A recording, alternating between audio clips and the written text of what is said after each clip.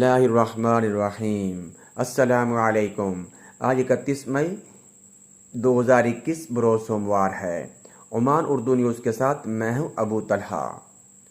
वज़ारत क़ुव्वल आमला ने आज अपने एक पॉलिसी बयान में कहा है कि जो लोग विज़िट वीज़ा पर ओमान के अंदर मौजूद हैं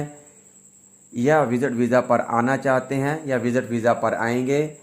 वो लोग अपने वीज़ों को वर्क परमिट में, वर्क वीज़ा में तब्दील कर सकते हैं ओमान में रहते हुए।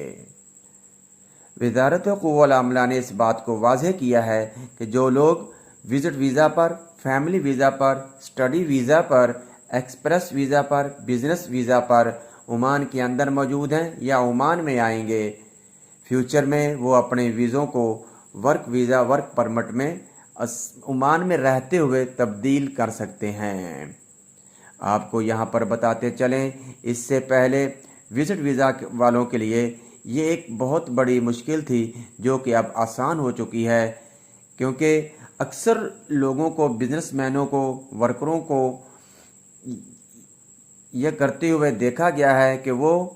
विज़िट वीज़ा पर ओमान में आते थे और यहाँ पर अपना काम तलाश करते, अपना बिज़नेस तलाश करते और उसके बाद वापस अपने मुल्कों में या ओमान से एग्ज़िट होते, फिर उनका वर्क वीज़ा, वर्क परमिट उन्हें इशू होता था। लिहाजा वज़ारत क़ुव्वल आमला की वीज़ा पॉलिसी में यह तब्दीली जो आज की गई है, इससे